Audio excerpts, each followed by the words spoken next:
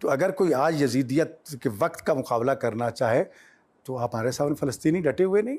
तो लिहाजा हमें उन तालीमात को, फ़रामीन इमाम हुसैन अलैहिस्सलाम को, जो ये रोज़े आशूर कहते हुए नज़र आते हैं कि अगर मेरे नाना का दीन मेरे कत्ल से बच सकता है तो आओ तलवारों मुझे टुकड़े टुकड़े कर दो। मैं नाना के दीन को टुकड़े होते नहीं देख सकता, मैं अपने आप को टुकड़े टुकड़े करने के लिए पेश हूँ। फिर उसके बाद ख़वातीन करबला का जो किरदार है उससे अजीम है। इमाम हुसैन तो करबला में शहीद हो गए।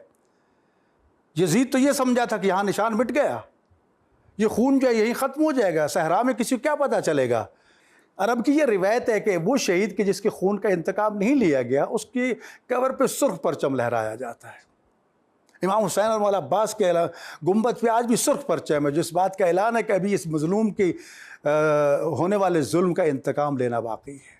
करबला सिर्फ मुसलमानों का नहीं, इंदिरा गांधी ये कह रहा है कि जनाब मैंने करबला से आज़ादी हासिल की। नेल्सन मंडेला कह रहा है कि मैंने जो आज़ादी हासिल की करबला को देखकर हासिल की। यार गैर मुस्लिम तो करबला को आइडियल बना रहे हो, हम मुसलमान उस नाम पे झगड़ते हैं, लड़ते हैं। अल्लामा साहब ये बताइए, जैसे अभी आप बात कर रहे थे हज़रत इमाम हुसैन रज़ी अल्लाह ताला अन्हु और हज़रत अब्बास रज़ी अल्लाह ताला अन्हु के जो गुंबद हैं उन पर सुर्ख रंग का अलम है, बाकी जगहों पे हमें स्याह नज़र आता है, तो ये फ़र्क क्यों? असल स्याह अलम जो है ये वाक़या करबला के बाद का है, ये मुतलकन पहचान है करबला की। जनाब ज़ैनब की दुआ का ये अमली मुज़ाहरा है कि पूरी दुनिया में परचम हुसैन है। किसी मुल्क का परचम दूसरे मुल्क में आप लगा के देखिए, लेकिन हुसैन कायनात का वो वाहिद हुक्मरान है जिसका परचम पूरी दुनिया के हर मुल्क में मौजूद है। और ये है कि अभी अयाम आशूर शुरू हो गए हैं ना, तो करबला के अलम जो 2 महीने के लिए स्याह हो जाएंगे, यानी पूरा साल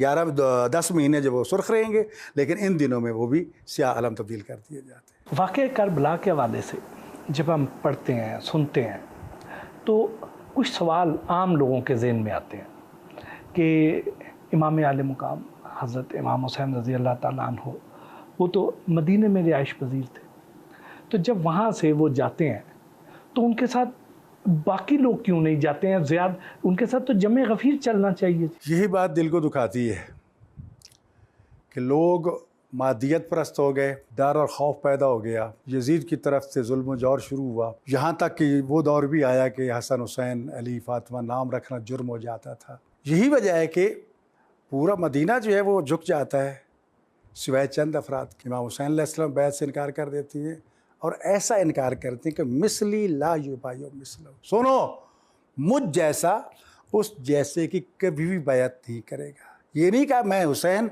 यजीद की बैत नहीं करता, मुझ जैसा यानी हुसैनियत कभी भी यजीदियत के सामने नहीं झुकेगी।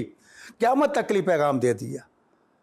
हज़रत उमर इब्ने ख़त्ताब के बेटे जनाब अब्दुल्लाह इब्ने, हज़रत अबू बकर के बेटे अब्दुर्रहमान, ज़ुबैर अब्दुल्लाह इब्ने ज़ुबैर, और कितने थे जिन्होंने मक्का छोड़ दिया था। लेकिन इमाम हुसैन अलैहिस्सलाम जो हैं वो सिर्फ जंग के लिए नहीं निकले, वो नहीं चाहते थे कि फितना फसाद बपा हो। उसको ये पैगाम दे, क्योंकि पता चल चुका था कि ये कत्ल करना चाहते हैं, तो फिर अपने नाना के शहर को छोड़ अपने साथ ख़वातीन को लिया, बच्चों को लिया, नौकर ग़ुलामों को लेकर चल पड़े और दावत आम दी सबको। कोई आना चाहता तो आए, अपना मकसद सफ़र भी बताया कि मैं इसलिए जा रहा हूँ ताकि मैं जुल्म जौर का मुकाबला करूँ, इसलिए नहीं किया कि मैं हुकूमत लूँ, मैं इक़्तिदार लूँ, नहीं, मुझे उसकी ज़रूरत नहीं है, मैं फितना फसाद के लिए नहीं जा रहा, बल्कि मैं तो अपने नाना की उम्मत को बचाने के लिए और उसके दीन को बचाने के लिए जा रहा। ये बाकायदा अपना मिशन वहाँ से बता के चले थे, ये नहीं कोई इत्तफाक था, अचानक था। और उनकी दावत पर भी लोग नहीं आए। लोग दोस्त वही है कि रसूलुल्लाह सल्लल्लाहु अलैहि वसल्लम को दुनिया से गए हुए अभी 40 साल हुए,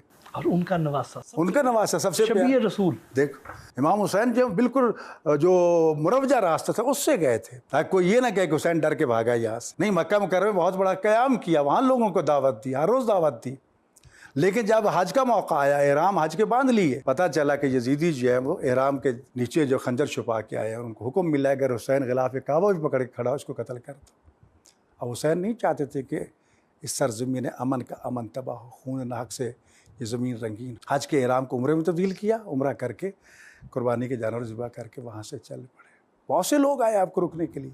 फिर रास्ते में पूरा हर मंजिल पे लोगों को दावत और पैगाम देते गए। कई लोग रास्ते में मिले भी सही, जिनमें मसलन बड़े बड़े नामी गिरामी साथी साथ थे। जो करबला में फिर आपके साथ शहीद भी हुए। तो देखो इमाम हुसैन अलैहिस्सलाम ने हुज्जत तमाम की आखिर तक, और फिर रोज़ आशूर आखिरी लम्हा जब आया तो फिर भी हुज्जत तमाम कर दी, ताकि कल कोई ये ना कहे कि हमें पता नहीं चला।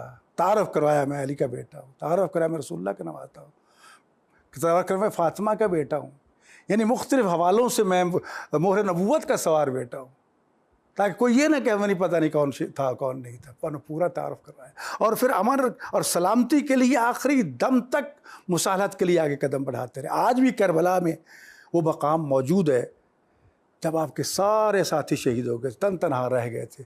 फिर भी उमर इब्न साद इब्न वक़ास को बुलाया और कहा कि आओ बैठ के मुकालमात कर लेते। मैं नहीं चाहता कि ये सारे जो हैं ये मेरे खून नाक से अपने हाथों को रंगीन करके जहन्नम में चले जाएं। मुज़ाकरात तो उस वक्त होते हैं जब उम्मीद हो कि मेरे साथी बच जाएंगे, मेरे वो तो सब ख़त्म हो चुका था। फिर भी उम्मत का ख्याल था, नाना की उम्मत जहन्नम में न जाए। बहुत सी रिवायात हैं जिसमें ये हम पढ़ते आए हैं कि इमाम आली मुकाम को बताया गया था कि कूफे वालों की तलवारें आपके साथ नहीं होंगी, तो फिर भी वो वहाँ पे चले गए। देखें, शहीद को पता होता है कि मैंने शहीद होना है, लेकिन वो उसके बावजूद मैदान में चला जाता है। उसकी मौत को हिलाकत नहीं कहा जाता, उसको शहीद कहा जाता है। और खुदा ज़मानत देता है कि तुम्हें उसकी ज़िंदगी का शऊर नहीं है, ये ज़िंदा है। और कुरान में दो तरफ वला तक़ूलू लिमन यक़्तुलू फ़ी सबिलिल्लाह अमवात, जो अल्लाह की राह में कातिल कर दिया जाए उसे मुर्दा मत कहो। और दूसरा हुक्म वला तहसबन्नल्लज़ीना क़ुतिलू फ़ी सबिलिल्लाह अमवात, तो अल्लाह की राह में कातिल करे उसे मुर्दा गुमान भी ना करो, तसव्वुर भी मत करो कि वो मुर्दा हैं। तो जब शहीद ये जानते हुए अपनी जान कुर्बान करता है, उसके खून का पहला कतरा उसके सारे गुनाहों का कफ़ारा बनता है। जब वह ज़मीन पे आता है तो हुरान जन्नत उसे अपने पैरों पे ले लेती है।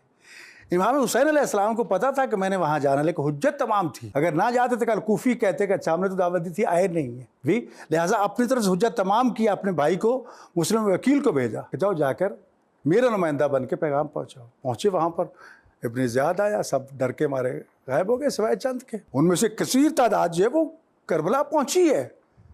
और फिर करबला के बाद जो इंतकाम का सिलसिला शुरू हुआ उनमें कसीर तादाद कूफियों की है। ये नहीं है कि सारे के सारे कूफा वाले जो हैं वो मतलब है ज़हरी हालात हैं, जकड़े जा चुके हैं, मासूर हो चुके, नहीं निकल सकते, तो कोई चारा कार नहीं। इमाम हुसैन का वहाँ ना जाना ये इतराज़ आता कि हमने तो बुलाया था, आए नहीं है। पहुँच जाके उस तरफ हुज्जत तमाम कर दी थी। जो लोग हज़रत इमाम हुसैन रज़ी अल्लाह ताला अन्हो को, हर मुसलमान उनकी ताज़ीम भी करता है, उनके जो फ़रामीन है उस पर अमल करने की भी कोशिश करता है, क्योंकि ज़ाहिर है उनके ज़िक्र के बग़ैर, उन पर दरूद भेजे बगैर तो मेरी नमाज नहीं हो सकती। कोई मुसलमान उससे, उनकी अज़मत से, उनके मकाम से इनकार तो नहीं कर सकता। लेकिन वो लोग जो उस वक्त उन पर मज़ालम करने वालों में से थे, उनकी आल औलाद वो भी तो आज है, यजीद की आल औलाद भी तो है। हम तो ये कहते हैं कि हमारी निस्बत जो है ये उनसे जाके मिलती है, लेकिन वो लोग तो अपना तारफ़ नहीं करवाते होंगे कि वो कौन सी नस्ल में कहाँ पे उनके साथ जाते होंगे, और होंगे तो वो हमारे बीच में ही आज। देखिए मेरे भाई, नामों से कोई फ़र्क नहीं पड़ता, लेकिन बसा औक़ात किरदार उस नाम को इतना बदनाम कर देता है कि लोग वो नाम रखते हुए